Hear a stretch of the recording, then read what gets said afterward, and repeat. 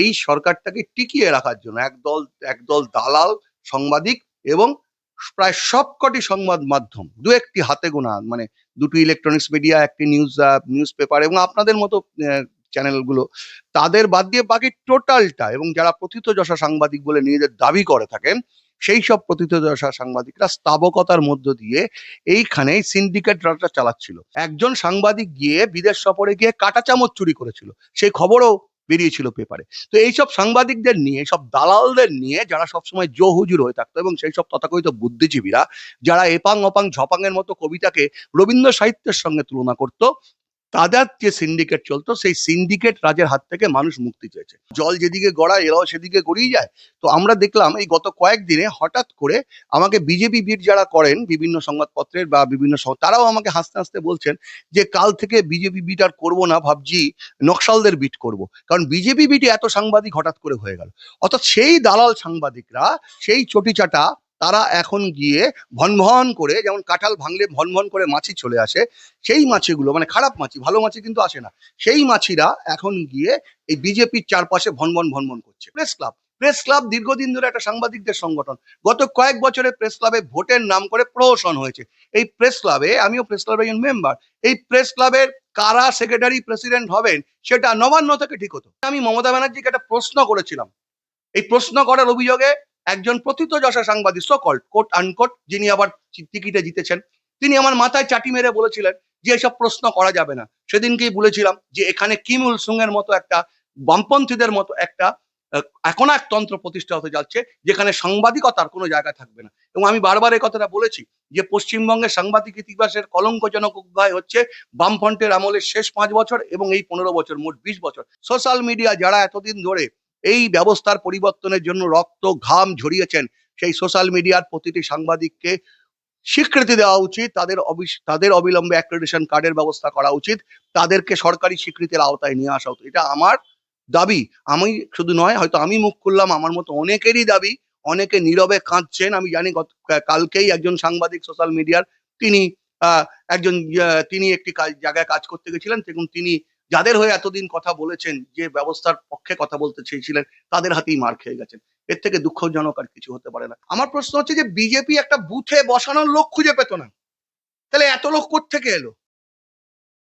এই যে সিন্ডিকেট, গরু পাচারের সিন্ডিকেট, সেটা বন্ধ করতে হবে। মন্ত্রিসভার বৈঠকের আগে এসপিদের নির্দেশ নবান্নের। কতটা কার্যকর করা যাবে এই সিদ্ধান্ত বাস্তবে? না, সিন্ডিকেট শব্দটা কিন্তু খারাপ ছিল না। এই যে আপনাদের পশ্চিমবঙ্গে গত কয়েক বছরে কতগুলো ইংরেজি শব্দকে তার অভিধানে এমন তার মানে তৈরি হয়ে গেছে যে সিন্ডিকেট শুনলেই লোকে ভয় পেয়ে যায়। সিন্ডিকেট শব্দটা ভালো শব্দ ছিল, কিন্তু সেই সিন্ডিকেটের নাম করে দুর্নীতি করা, এই বিষয়গুলো এমন জায়গায় পৌঁছে গেছিল যে আপনি গরু পাচার বলছেন, আমি তো বলবো শুধু গরু পাচার, সব সিন্ডিকেটই ধ্বংস করা সম্ভব যদি সদিচ্ছা থাকে। সিন্ডিকেট কি শুধু গরু পাচারে ছিল? সাংবাদিকতায় সিন্ডিকেট ছিল না? পশ্চিমবঙ্গের সাংবাদিকতা একটা বড় ধরনের সিন্ডিকেট রাজ কাজ করছিল।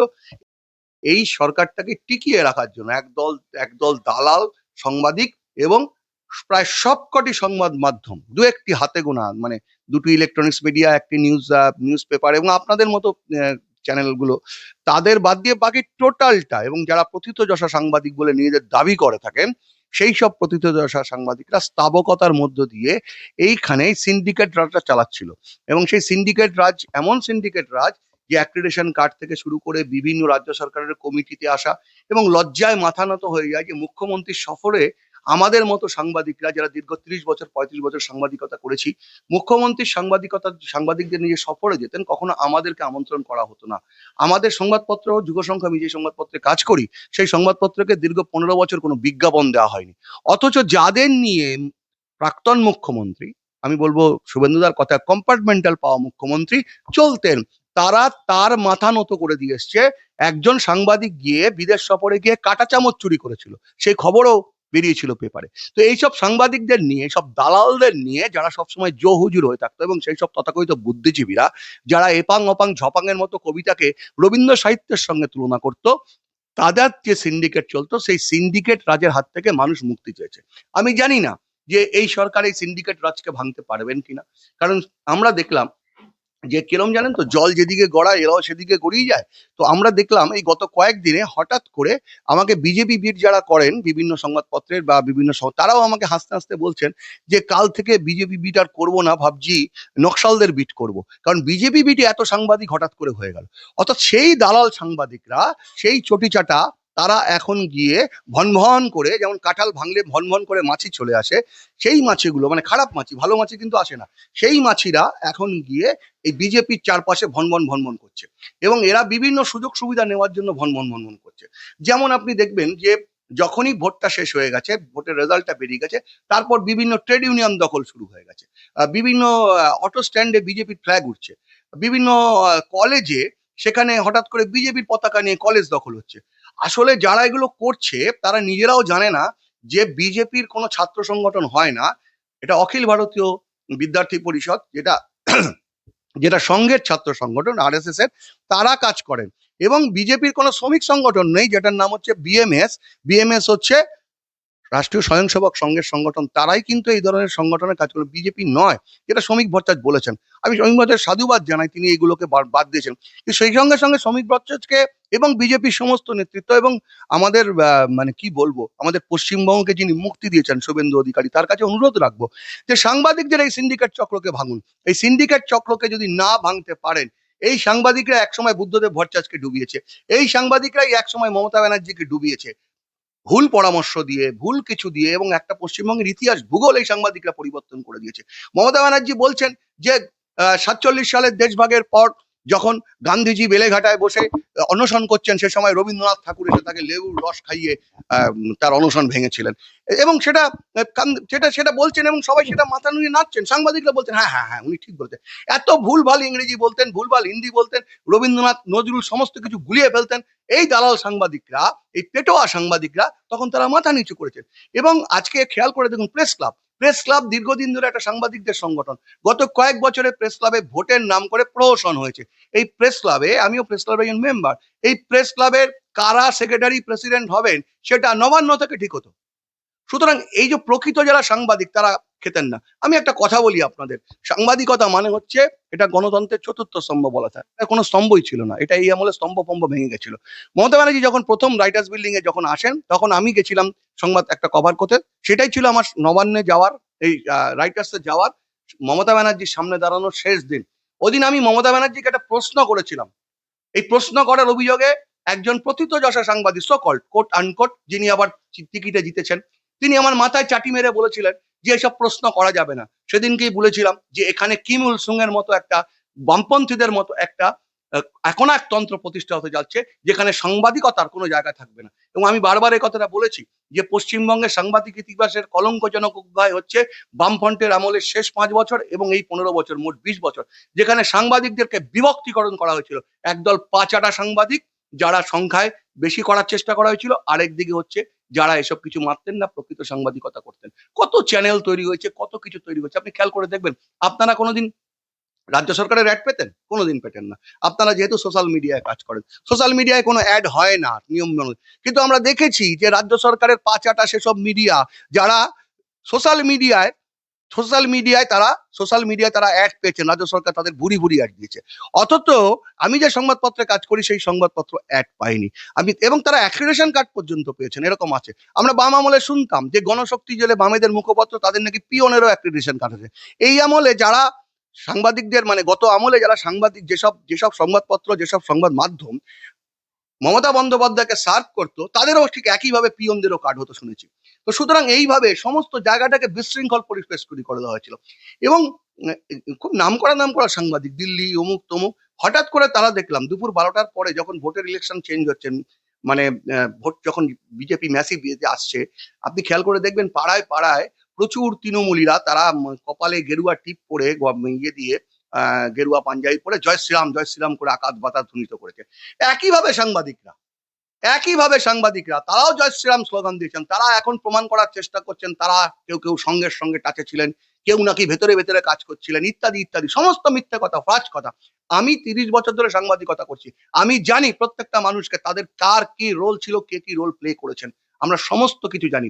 কিন্তু প্রশ্ন হচ্ছে, আমাদের দায়িত্ব ছিল, শ্রমিক ভট্টাচার্য যখন বললেন প্রেস ক্লাবে দাঁড়িয়ে তিনি সাংবাদিকদের জন্য যোগ্য সাংবাদিকদের জন্য 5,000 টাকা করে দেবেন, মনে আছে আপনার? তখন আমি ফেসবুকে একটা লিখেছিলাম যে আমি যোগ্য সাংবাদিক কিনা জানি না, কিন্তু 5,000 টাকা চাই না।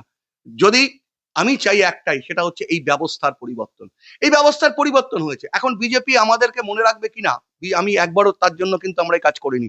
আমরা এই ব্যবস্থাটা পরিবর্তন চেয়েছিলাম, যে একটা প্রকৃত অর্থে আমাদের মতো মানুষ যারা হিন্দু, যারা শ্যামাপ্রসাদের হোমল্যান্ডকে সমর্থন করি, যারা বাংলাদেশ থেকে অত্যাচারিত নিপীড়িত হয়ে এসছে, সেই মানুষগুলোর পক্ষে সোচ্চার হওয়ার চেষ্টা করি, বা পশ্চিমবঙ্গের হিন্দুদের পক্ষে দাঁড়িয়ে কথা বলি, তারা যাতে তাদের প্রকৃত অধিকারটা ফিরে পায়, সেই সুরক্ষাটা যাতে ফিরে পায়, সেই জন্যই আমরা কাজ করেছি। আমি বা আমাদের অনেকেই কাজ করেছেন, আপনার চ্যানেলও কাজ করেছে।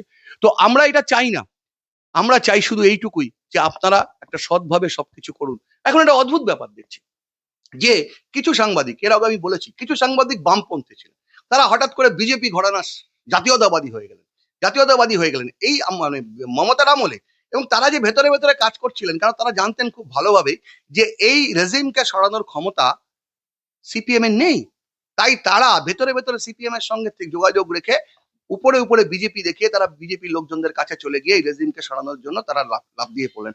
আজকে তারাই আবার কিন্তু দেখা যাচ্ছে যে তৃণমূলের সেই দালালদের সঙ্গে নিয়ে এসে বিজেপির সঙ্গে ভিড়ছেন, তারাই জায়গাটা করে দিচ্ছে। আমরা চুপ করে যাব হয়তো, আমরা কথাগুলো বলছি এই কারণেই যে প্রকৃত সাংবাদিকদের খুঁজে বার করা, যেমন শ্রমিক ভট্টাচার্য বলেছেন, আমি খুব খুশি, তাতে আপ্লুত, যে ট্রেড ইউনিয়ন যাদের করা উচিত তারাই করবে। ঠিক সত্যি কথা হচ্ছে, সাংবাদিকতা তাদেরই করা উচিত যারা সাংবাদিকতা করার ক্ষমতা রাখে, বা যারা প্রকৃত অর্থে সাংবাদিক, মানুষের সাংবাদিক। তাতে আমি থাকবো কি থাকবো না জানি না, কিন্তু এইটুকু বলতে পারি যে প্রকৃত সাংবাদিকদের সুযোগ দেওয়া উচিত। এবং সেই সঙ্গে সঙ্গে সোশ্যাল মিডিয়া যারা এতদিন ধরে এই ব্যবস্থার পরিবর্তনের জন্য রক্ত ঘাম ঝরিয়েছেন, সেই সোশ্যাল মিডিয়ার প্রতিটি সাংবাদিককে স্বীকৃতি দেওয়া উচিত, তাদের অবিলম্বে অ্যাক্রেডিটেশন কার্ডের ব্যবস্থা করা উচিত, তাদেরকে সরকারি স্বীকৃতির আওতায় নিয়ে আসা উচিত। এটা আমার দাবি। আমি শুধু নয়, হয়তো আমি মুখ খুললাম, আমার মতো অনেকেরই দাবি। অনেকে নীরবে কাঁদছেন। আমি জানি কালকেই একজন সাংবাদিক সোশ্যাল মিডিয়ার, তিনি একজন তিনি একটি জায়গায় কাজ করতে গেছিলেন, এবং তিনি যাদের হয়ে এতদিন কথা বলেছেন, যে ব্যবস্থার পক্ষে কথা বলতে চেয়েছিলেন, তাদের হাতেই মার খেয়ে গেছেন। এর থেকে দুঃখজনক আর কিছু হতে পারে না। তাই আমি অনুরোধ করব যে এইসব দালাল সাংবাদিকদের থেকে, এইসব পাচাটা সাংবাদিকদের যারা এই অবস্থার সুযোগ নেয়, তাদের থেকে দূরে দূরে থাকবে। আমি আশা করি, বিশ্বাস করি আমি এখনো, যে এরা দূরে থাকবেন। আর আমরা আমাদের সাংবাদিকতার কাজটা যেন করতে পারি ঠিকভাবে, অর্থাৎ আমাদের মধ্যে যেন কোনো ওই রকম শৃঙ্খল না চেপে বসে, যেরকম ভাবে মমতা ব্যানার্জি এবং তার দোসররা এবং সেই পাচাটা সাংবাদিকরা চাপিয়ে দিয়েছিলেন। আমরা যেন হাত খুলে সাংবাদিকতা করতে পারি, হ্যাঁ কে হ্যাঁ বলতে পারি, না কে না বলতে পারি। কারণ আজকে যারা শাসক দলে এসছেন, তাদের কোনো লোক যদি কোনো খারাপ কাজ করে, সেটাকে শাসক দলকে দেখিয়ে দেওয়ার দায়িত্ব কিন্তু সাংবাদিকের। তাহলে তারা সেটাকে রেকটিফাইড করতে পারো। কিন্তু এক পেশে, যেটা মমতা ব্যানার্জির আমলে হয়ে গেছিল, এক পেশে তারা যা করেন সবই ঠিক। যার ফলে যে উদ্ধত্ত তৈরি হয়েছিল, যে উদ্ধত্ত বুদ্ধদেব ভট্টাচার্য তৈরি হয়ে গেছিল, যে আমরাই শেষ কথা, আমরা এত সিট পেয়েছি, আর কেউ আসবে না। তারপরে নির্বাচনী মানুষ বুঝিয়ে দিয়েছিল যে মানুষ শেষ কথা বলে। তো মানুষের যে আশীর্বাদ নিয়ে আজকে বিজেপি বা একটা হিন্দুত্ববাদী সরকার পশ্চিমবঙ্গে ক্ষমতা এসছে, আমরা আশা রাখি যে তারা সর্বক্ষেত্রে এই সিন্ডিকেট রাজের অবসান ঘটাবেন, এবং প্রকৃত অর্থে যারা মানুষের জন্য কাজ করেন, সেই সব মানুষগুলোকে তারা সামনে নিয়ে আসবেন। এটাই আমার আবেদন। অনেক শিক্ষাবিদ আছেন, অনেক সাধারণ মানুষ আছেন, অনেক বিশিষ্ট বিজ্ঞানী আছেন, যারা এর পেছনে নীরবে নিভৃতে কাজ করে গেছেন, চোখের জল ফেলে কাজ করে গেছেন, আহত হয়েছেন, বাড়িঘর ভেঙেছে, তাদেরকে যেন সামনে নিয়ে আসেন। পাড়ায় পাড়ায় সর্বত্র একটা সুস্থ সংস্কৃতি রুচিশীল সমাজ গঠন করা উচিত। কারণ এটা মনে রাখতে হবে, প্রধানমন্ত্রী নরেন্দ্র মোদী সেদিনকে এসে একটা সবচেয়ে বড় কাজ করেছেন, যেটা আমরা এর আগে কোনোদিন দেখিনি। একমাত্র ভারতবর্ষের প্রধানমন্ত্রী যিনি মাটিতে বসে মাথা নত করে সমস্ত পশ্চিমবঙ্গের মানুষকে নমস্কার করে তাদের প্রতি ভালোবাসা, তাদের প্রতি ধন্যবাদ জ্ঞাপন করেছেন। তিনি যে চেয়েছিলেন যে তিনি শপথ গ্রহণে আসবেন, সেটা তিনি করতে পেরেছেন বলে।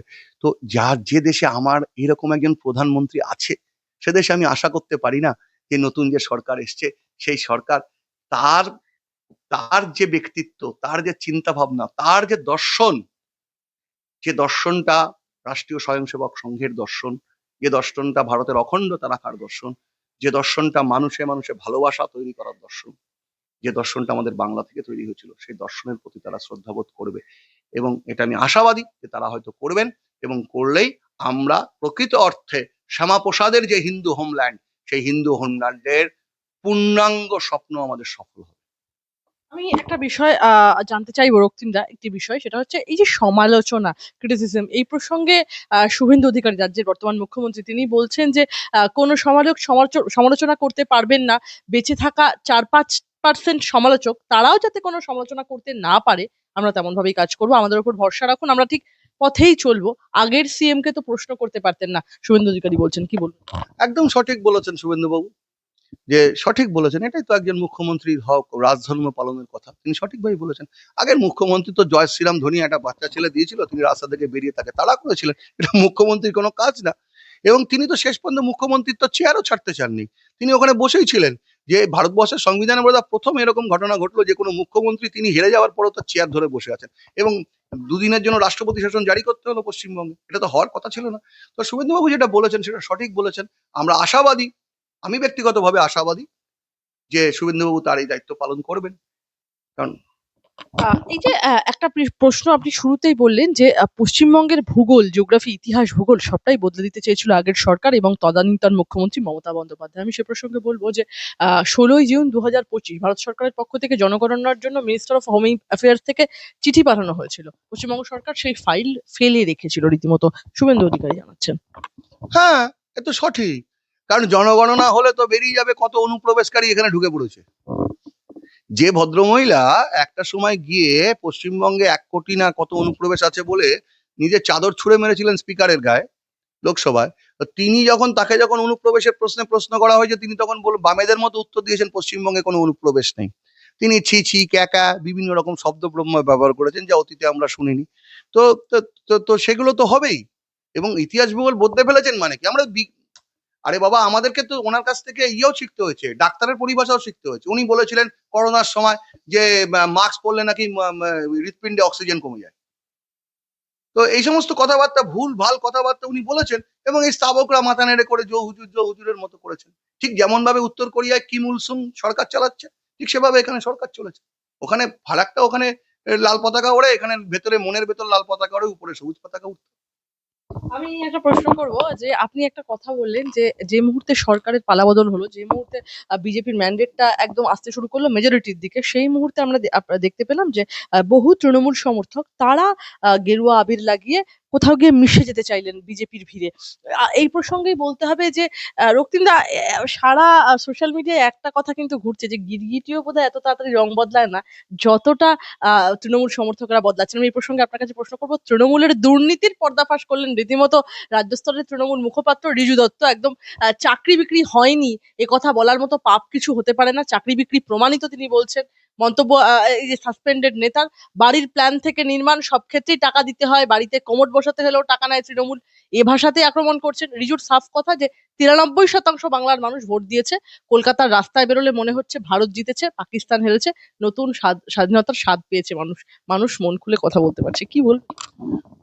রিজুবাবুকে সঙ্গে আমার বহু সময় বহু চ্যানেলে আমার সঙ্গে উনি বসেছিলেন। তো রিজুবাবু তখন আমি যে কথাগুলো বলতাম উনি বিরোধিতা করতেন। তো রিজুবাবু একজন শিক্ষিত মানুষ, আমার থেকেও ঢের বেশি শিক্ষিত, বিদেশ থেকে পাস টাস করে এসেছিলেন। তো বিদেশ থেকে পাস করে আসা একজন মানুষ, যিনি জ্ঞানী গুণী শিক্ষিত মানুষ, আজকে যে জিনিসটা বুঝতে পাচ্ছেন সেদিন বুঝতে পেরেছিলেন তো? তো সেদিন বুঝতে পেরে তিনি স্তাবকতা করছিলেন কেন? উনিও তো সমান দোষে দোষী। উনি এই স্তাবকের, উনি এই হিটলারি শাসনকে সমর্থন করেছিলেন। রিজুবাবু এখন যতই নিজের গা থেকে কাদা ধুয়ে ফেলার চেষ্টা করুন না কেন, কাদা ওনার গা থেকে বেরোবে না, কারণ উনিও এই মুখ্যমন্ত্রীর সপক্ষে দাঁড়িয়ে বড় বড় কথা বলে গলা চিল্লাতেন। পশ্চিমবঙ্গে নারী নির্যাতন হয়নি এ কথা উনি তুলে ধরতেন, পশ্চিমবঙ্গে চাকরি দুর্নীতি হয়নি এ কথা উনি বলতেন।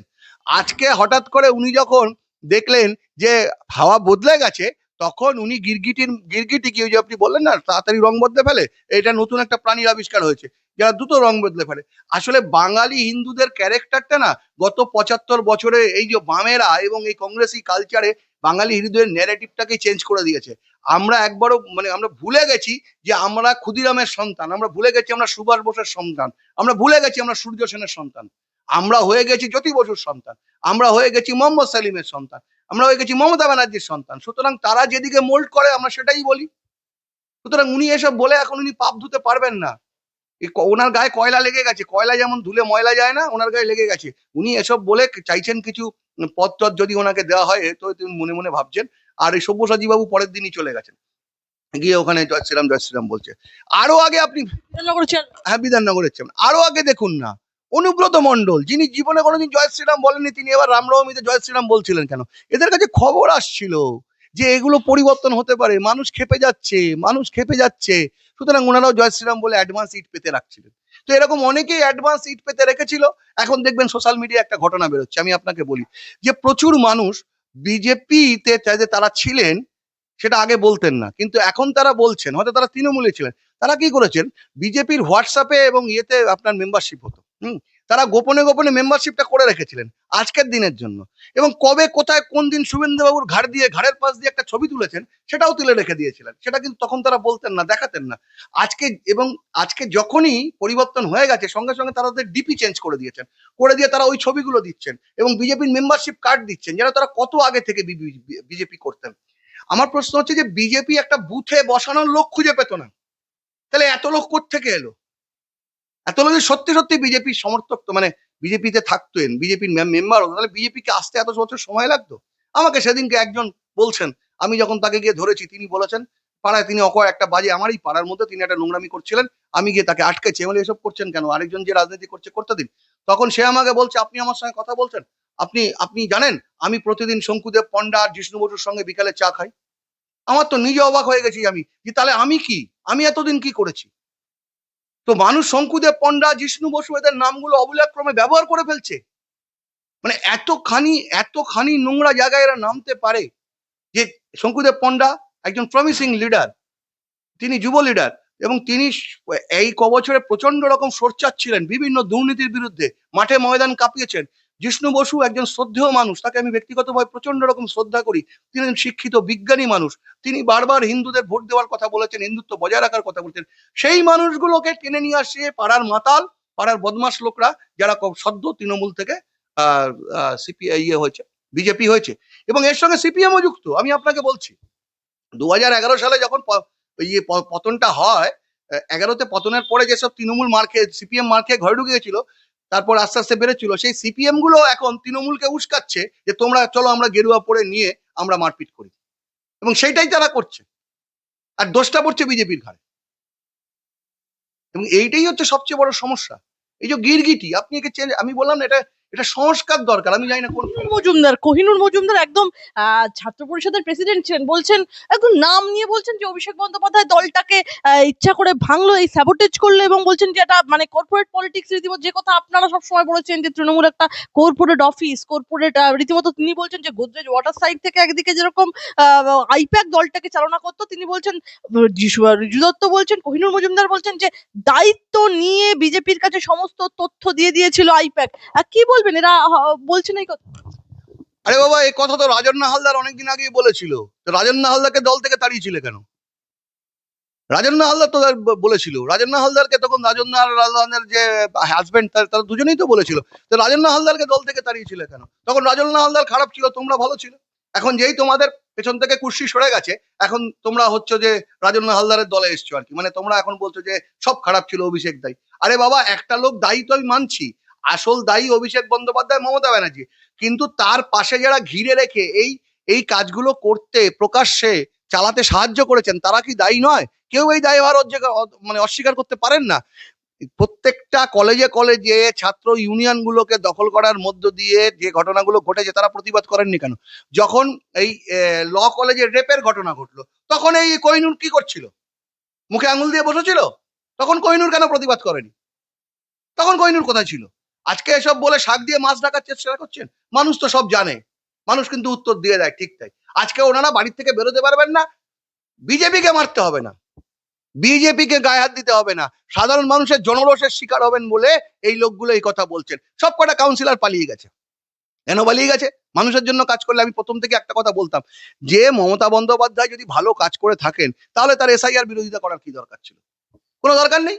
অন্য রাজ্যে হচ্ছিল, এরা ভালো কাজ করেননি, আর তাই জন্য জনরোষের শিকার হবেন বলে। এই যদি জনরোষ হয়, আমি আপনাকে বলছি, সেদিনকে শুভেন্দুবাবুর পিএ মারা যাওয়ার পরে, পিএ কে যখন খুন করা হলো, তারপর যদি একটা স্লিপ অফ টার্ম শব্দ হতো, আমি আজকে বলছি আপনাকে দাঁড়িয়ে, যে শেখ হাসিনার যে অবস্থা হয়েছিল তার থেকেও খারাপ অবস্থা মুখ্যমন্ত্রী, প্রাক্তন মুখ্যমন্ত্রী মমতা বন্দ্যোপাধ্যায়ের হতো। ও জনরোষ গিয়ে ওই বাড়ি ভাঙচুর করে দিয়ে কি করে ফেলতো। বিজেপি অনেক সংগঠিত দল, তার মাথার উপর আরএসএস আছে, তারা খুব সুন্দরভাবে বিষয়টাকে টেক আপ করেছে। না হলে সেদিনকে একটা স্ফুলিঙ্গ তৃণমূলকে শেষ করে দিত। আজকে ভাবুন, কোনো ইতিহাসে আছে তৃণমূলের পার্টি অফিস দখল করেছে বহিষ্কৃত তৃণমূলরাই, তৃণমূলের লোকরাই দখল করে বিজেপির ফ্ল্যাগ লাগিয়ে দিয়েছে, সেই পার্টি অফিসগুলো বিজেপির লোকরা গিয়ে খুলে দিয়েছে। সমস্ত কাউন্সিলর পালিয়ে গেছে জনরোষের ভয়, মার খাবার ভয়, ঘরের মধ্যে ঢুকে বসে আছে। হ্যাঁ, পালিয়ে গেছে সব, কেউ দীঘা পালিয়েছে, কেউ, তার মানে এরা আগে থেকে জানতো, তো হট করে পালালো কি করে? অভিষেক ব্যানার্জির বাড়ির সামনে দিয়ে যাওয়া যেত না? ওখানে একটা দুর্গ বানিয়ে রেখে দিয়েছিল। মমতা ব্যানার্জির বাড়ির সামনে ওই রাস্তায় হরিশ চ্যাটার্জির চিঠে কেউ যেতে পারে না। আমি তো বলবো যে এই বাড়িগুলো, এই যে হরিশ চ্যাটার্জির চিঠে একের পর এক বাড়ি, যে বাড়িগুলো ওরা দখল করে নিয়েছে, এই যে বেআইনি ভাবে কোর্টের জায়গায় মমতা বন্দ্যোপাধ্যায় মুখ্যমন্ত্রী বেরিয়ে যাচ্ছে মুখ দিয়ে বারবার, মানে 15 বছর ধরে এমন মানে আধা গোলা জল খাইয়েছে আমাদের, বারবার মুখ্যমন্ত্রী বলতে হচ্ছে। মমতা বন্দ্যোপাধ্যায়ের বাড়িতে, বাড়ির যে জমি, সেই জমি প্রত্যাস্টের জমি, সেই জমি তন্দ করা হোক, যেগুলো কে করতে গেল ওই জমি ভূমি, হ্যাঁ, ভুল ভাল সমস্ত কথাবার্তা বলতেন উনি। আমি একদম শেষের দিকে চলে এসেছি রক্তিম দা, একটা বিষয় আমি জিজ্ঞেস করব আপনার কাছে। এই যে মানে আমরা দেখলাম যে আগের সরকারের আমলে পোর্টালগুলোকে কোনো স্বীকৃতি দেওয়া হলো না। আগের সরকার উল্টে নিজেদের ধামাধরা পোর্টালগুলোকে সব রকম সুবিধা দিচ্ছে, যেমনটা আপনি বললেন। এবার কি বিজেপি পোর্টালদের স্বীকৃতি দেবে? কারণ এই পোর্টালগুলো ভূমিকা কি অস্বীকার করা যায়? একদমই অস্বীকার করা যায় না। আমি প্রথম থেকেই এই পোর্টালদের পক্ষে আমি সোচ্চার। সমস্ত পোর্টাল, তাদেরকে একটা কমিশনের আন্ডারে নিয়ে আসা হোক, একটা আইনের মধ্যে নিয়ে আসা হোক, নিয়ে এসে তাদের নির্ভরযোগ্যতা বিচার করে তাদের কতখানি তাদের কতখানি ভিউয়ার্স আছে তার ভিত্তিতে তাদের স্বীকৃতি দেওয়ার ব্যবস্থা করা হোক, এবং তাদের বিজ্ঞাপন দেওয়ার ব্যবস্থা করা হোক যাতে তারা চলতে পারে। কারণ আমি আপনাকে বলছি, অনেক সাংবাদিক ছিলেন যারা এই তৃণমূলদের দালাল পাঁচাটা সাংবাদিকদের পাল্লায় পড়ে মানে তাদের কাছ থেকে অপমানিত হয়ে, তারা বাধ্য হয়ে বা চাকরিচ্যুত হয়ে যারা পোর্টাল করতে গেছিলেন, এবং তারা এই লড়াইটা চালিয়ে গেছেন। সুতরাং এই ধরনের মানুষগুলো যারা প্রকৃত সাংবাদিক, যারা এই পোর্টালগুলো করেছেন, তাদেরকে স্বীকৃতি যদি না দেওয়া হয়, তাহলে এটা খুব বড় খারাপ, এবং কি বলবো, বেইমানি শব্দটা বলা উচিত হবে না, খুব খারাপ কাজ হবে এটা।